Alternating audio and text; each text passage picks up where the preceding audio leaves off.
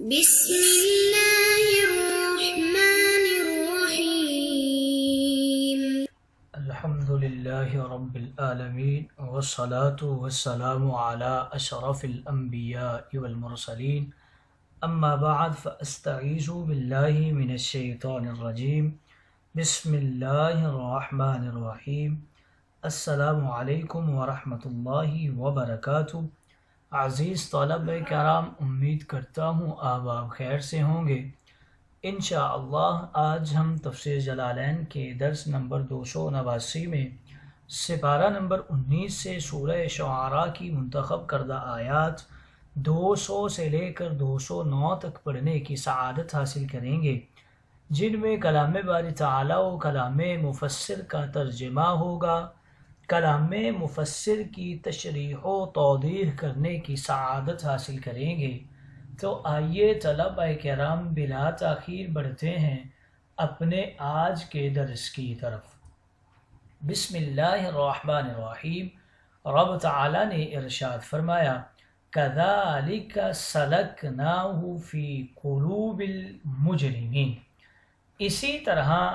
یعنی جس طرح عجمی کی قراءت کی وجہ سے قرآن کی تکذیب کی ہم نے ان کے قلوب میں داخل کر دی، مجرمین یعنی کفار مکہ کے قلوب میں نبی کی قراءت کی وجہ سے تکذیب داخل کر دی۔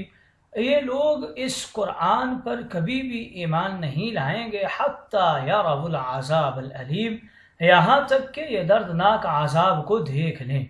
فَيَأْتِيهِمْ بَغْتَةً وَهُمْ لَا يَشْعُرُونَ، پھر وہ عذاب ان پر اچانک آ جائے۔ فَيَقُولُوا هَلْ نَحْنُ مُنْظَرُونَ،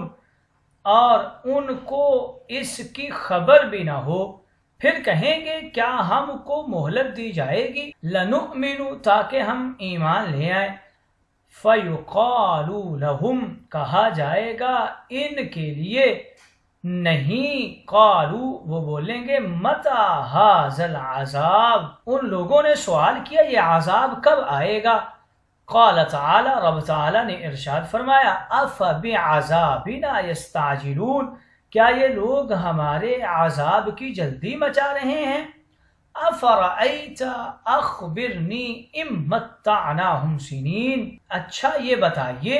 اگر ہم ان کو کئی سال بھی فائدہ اٹھانے دیا، پھر اس کے بعد ان پر وہ عذاب آ جائے جس کا ہم نے ان سے وعدہ کیا تھا، تو وہ سال ہا سال کی سود مندی ان سے عذاب کے دفع کرنے میں یا اس کے ہلکا کرنے میں کام آئے گی؟ وَمَا أَهْلَكْنَا مِنْ قَرْيَةٍ إِلَّا لَهَا مُنذِرُونَ، اور ہم نے کسی بستی کو ہلاک نہیں کیا مگر یہ کہ اس کے لیے ڈرانے والے ایسے انبیاء موجود تھے جو ان کو نصیحت کے طور پہ ڈراتے تھے، اور ڈرانے کے بعد ان کو ہلاک کرنے میں ہم ظالم نہیں تھے۔ آئیے طلبہ کرام ترجمہ کے بعد بڑھتے ہیں آج کے درس کی تشریح و توضیح کی طرف۔ ان آیات مقدسہ میں نبی کریم رؤوف الرحیم کو تسلی دی گئی ہے کہ اگر آپ کی پیہم تبلیغ کے باوجود یہ ایمان نہیں لاتے اور دلائل اور معجزات کا ان پر کوئی اثر نہیں ہوتا تو آپ غم اور افسوس نہ کریں۔ ان کے تکبر اور عناد کی سزا دینے کے لیے ہم نے ان کے دلوں میں کفر اور عناد کو داخل کر دیا ہے، اور جب ہم نے ان کے دلوں میں انکار کو داخل کر دیا تو پھر ان کو مومن بنانے کے لیے ان پر کوئی تدبیر کارگر نہیں ہو سکتی۔ اب ان پر اسی وقت اثر ہوگا جب یہ اپنی آنکھوں سے عذاب کو دیکھ لیں گے۔ حضرت انس بن مالک اس آیت کی تفسیر میں فرماتے ہیں کہ اس طرح ہم نے منکروں کے دلوں میں شرک کو داخل کر دیا ہے۔ اکرمہ نے کہا اس کا معنی ہم نے ان کے دلوں میں سخت دلی کو داخل کر دیا۔ حضرت انس نے کہا ہے کہ قلوب المجرمین سے مراد قلوب المشرکین ہے، اور حضرت ابن عباس فرماتے ہیں قلوب المجرمین سے مراد قلوب الکفار ہے۔ قتادہ نے کہا جب انہوں نے اللہ کے رسولوں کی تکذیب کی تو اللہ نے ان کے دلوں میں یہ ڈال دیا کہ وہ اس پر ایمان نہ لائیں۔ صدی نے کہا وہ اس پیغام پر ایمان نہیں لائیں گے جس کو سیدنا محمد صلی اللہ علیہ وسلم لے کر آئے ہیں۔ عبد الرحمن بن زید نے کہا ہے کہ ان کے کفر اور شرک پر اصرار کی وجہ سے اللہ تعالیٰ نے ان کے دلوں میں گمراہی کو پیدا کر دیا اور ان کو ایمان لانے سے روک دیا۔ اس آیت مقدسہ کی ایک اور بھی تفسیر کی گئی ہے کہ ہم نے اس طرح مشرکین کے دلوں میں قرآن کو داخل کر دیا حتیٰ کہ انہوں نے اس کے معانی کو اور اس کے معجزہ ہونے کو پہچان لیا، پھر بھی وہ اپنے عناد، ضد اور ہٹ درمی کی وجہ سے اس پر ایمان نہیں لائے۔ اس کے بعد فرمایا لا یؤمنون بہ حتی یروا العذاب العلیم، وہ اس وقت تک ایمان نہیں لائیں گے حتیٰ کہ اس دردناک عذاب کو دیکھ نہ لیں۔ اس عذاب کو دیکھنے کے بعد وہ ایمان لانے پر مجبور ہو جائیں گے، لیکن اس وقت ان کا ایمان ان کو کوئی فائدہ نہیں دے گا۔ پھر فرمایا فَيَأْتِيهِمْ بَغْتَةً وَهُمْ لَا يَشْعُرُونَ، ان پر اچانک وہ عذاب آئے گا اور ان کو اس کا شعور بھی نہیں ہوگا۔ ان پر وہ عذاب دنیا میں اچانک آئے گا، یعنی وہ دنیا میں اپنی رنگ رلیوں میں اور کفر اور شرک میں مگن ہوں گے، اور اسی حالت میں اچانک ان پر وہ عذاب آ جائے گا، یا آخرت میں بغیر تیاری کے اچانک ان پر وہ عذاب آ جائے گا۔ پھر فرمایا فَيَقُولُ هَلْ نَحْنُ مُنْظَرُونَ، اس وقت یہ کفار مکہ کہیں گے کیا ہمیں کچھ مہلت دی جائے گی، یعنی اس عذاب میں کچھ تاخیر کر دی جائے تاکہ ہم ایمان لے آئیں اور نبیوں کی تصدیق کریں۔ اور جب ہمارے نبی کریم صلی اللہ علیہ وسلم نے ان کو اللہ کے عذاب سے ڈرایا تو انہوں نے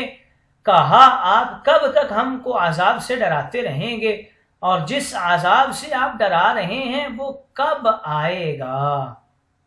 تب اللہ تعالیٰ نے اس آیت مقدسہ کو نازل فرمایا أَفَبِعَذَابِنَا يَسْتَعْجِلُونَ، کیا وہ عذاب کو جلد طلب کر رہے ہیں؟ کبھی کفار یوں کہتے تھے وَإِذْ قَالُوا اللَّهُمَّ إِنْ كَانَ هَذَا هُوَ الْحَقُّ مِنْ عِنْدِكَ فَأَمْطِرْ عَلَيْنَا حِجَارَةً مِنَ السَّمَاءِ أَوْ ائْتِنَا بِعَذَابٍ أَلِيمٍ، اور جب ان لوگوں نے کہا کہ اے اللہ اگر یہ قرآن واقعی آپ ہی کی طرف سے منزل ہے تو پھر تو ہم پر آسمان سے پتھر برسا دے، یا تو ہم پر کوئی دردناک عذاب واقع کر دے۔ اسی طرح نوح علیہ السلام کی قوم کے کافروں نے کہا تھا قالوا یا نوح قد جادلتنا فاکثرت جدالنا فاتنا بما تعدنا ان كنت من الصادقین، انہوں نے کہا اے نوح تم نے ہم سے بحث کی ہے اور بہت زیادہ بحث کی ہے، سو اب تم جس عذاب سے ہم کو ڈرا رہے ہو وہ لے ہی آؤ اگر تم سچے ہو۔ اور جب ان پر نازل عذاب کیا جاتا تو ان کا حال یہ ہوتا کہ وہ اس سے پناہ مانگتے تھے اور کہتے تھے ہم کو اس دردناک عذاب سے کچھ مہلت دی جائے اور ہم سے عذاب کو مؤخر کر دیا جائے۔ اور ان کی ان دونوں باتوں میں کس قدر تنافی اور تضاد ہے وہ بالکل واضح ہے۔ امام ابو منصور ماتوریدی نے التاویلات النجمیہ میں لکھا ہے ان کا عذاب کو طلب کرنا اور عذاب کی دعا مانگنا دراصل یہ بھی ان پر ہمارے عذاب کی علامات میں سے ہے۔ حضرت انس بن مالک رضی اللہ تعالیٰ عنہ بیان کرتے ہیں مسلمانوں میں سے ایک شخص کی عیادت کے لیے نبی کریم حاضر ہوئے جو کمزور ہو کر بالکل چوزا ہو چکا تھا۔ آپ نے اس سے پوچھا کیا تم اللہ سے کسی چیز کی دعا کرتے تھے یا اس سے کوئی سوال کرتے تھے؟ اس نے کہا میں نے اللہ سے یہ دعا کی تھی اے اللہ اگر تو مجھے آخرت میں کوئی عذاب دینا چاہتا ہے تو وہ مجھے عذاب دنیا میں ہی دے دے۔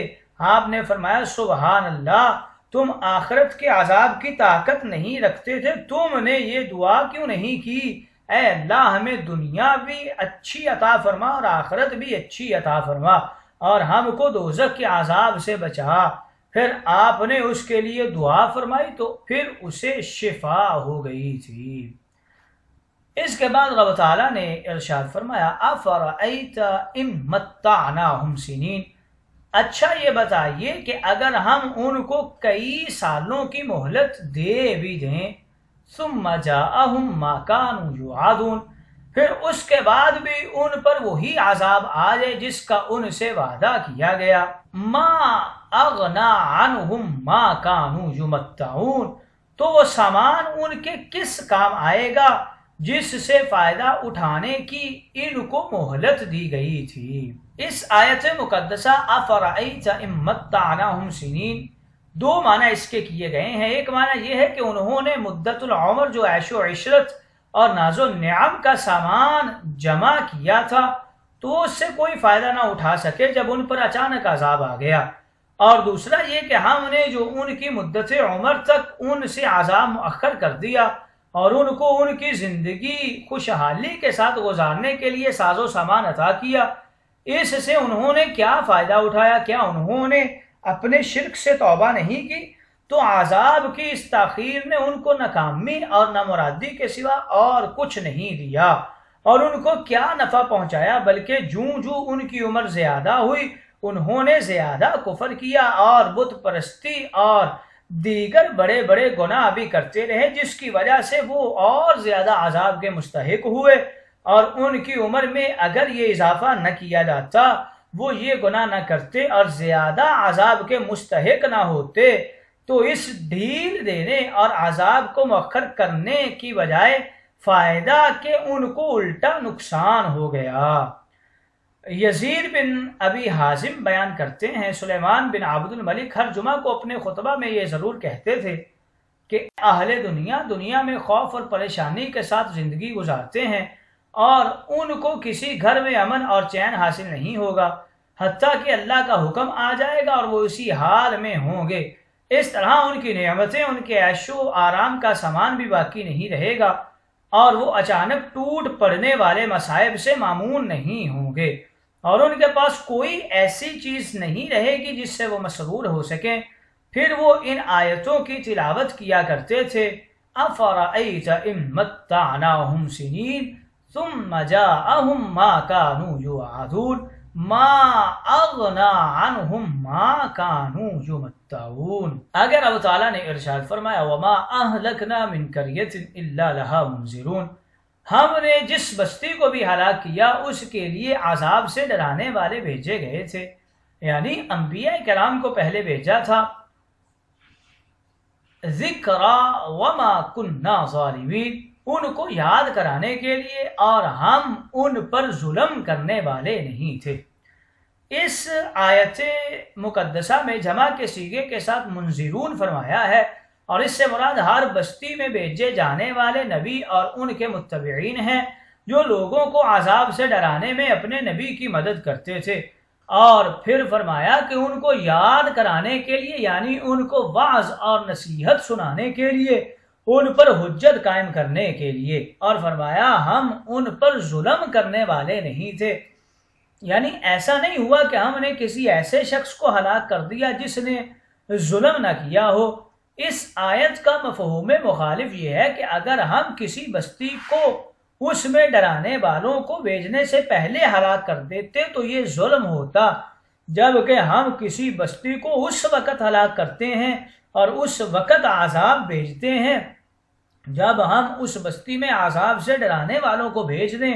اور لوگ پھر بھی کفر و شرک اور برے کاموں کو نہ چھوڑیں، اس کے بعد ہم اپنے عذاب سے ان کو دوچار کرتے ہیں۔ اللہ تعالیٰ اگر کسی ڈرانے والے کو نہ بھیجے اور اس کے بغیر کسی بستی پر عذاب بھیج کر اس کو ہلاک کر دے تو بھی یہ اس کا ظلم نہیں، کیونکہ تمام مخلوقات کا مالک اللہ ہے، اور مالک اپنی مملوک میں جو چاہے تصرف کرے، اس پر کسی کو اعتراض کا حق نہیں ہے، اور یہ اس کا ظلم نہیں کی۔ لیکن اللہ تعالیٰ نے ظلم سے اپنی کمال نزاہت اور براءت کو ظاہر کرنے کے لیے فرمایا۔ حضرت ابی بن کعب رضی اللہ تعالیٰ عنہ کے پاس حضرت ابن دہلمی گئے اور وہ فرماتے ہیں میں نے کہا میرے دل میں تقدیر کے متعلق ایک شبہ پیدا ہو گیا ہے، آپ مجھے کوئی حدیث سنائیے تاکہ اللہ میرے دل سے اس شبہ کو نکال دے۔ انہوں نے کہا اگر اللہ تعالیٰ تمام آسمانوں والوں کو اور تمام زمین والوں کو عذاب دے تو وہ ان کو عذاب دے گا اور یہ اس کا ظلم نہیں ہوگا، اور اگر وہ ان پر رحم فرمائے تو اس کی ان پر رحمت ان کے اعمال سے زیادہ بہتر ہے۔ اگر تم احد پہاڑ جتنا سونا اللہ کی راہ میں خرچ کر دو تو اللہ کو اس وقت تک قبول نہیں فرمائے گا حتیٰ کہ تم تقدیر پر ایمان لے آؤ، اور تم یہ یقین رکھو کہ جو مصیبت تم کو پہنچی ہے وہ تم سے ٹلنے والی نہیں تھی، اور جو چیز تم سے ٹل گئی ہے وہ تم کو پہنچنے والی نہیں تھی، اور اگر تم اس کے خلاف عقیدہ پر مرے تو تم دوزخ میں داخل ہو جاؤ گے۔ ابن دہلمی نے کہا پھر میں حضرت ابن مسعود کے پاس گیا، انہوں نے بھی اسی طرح کہا،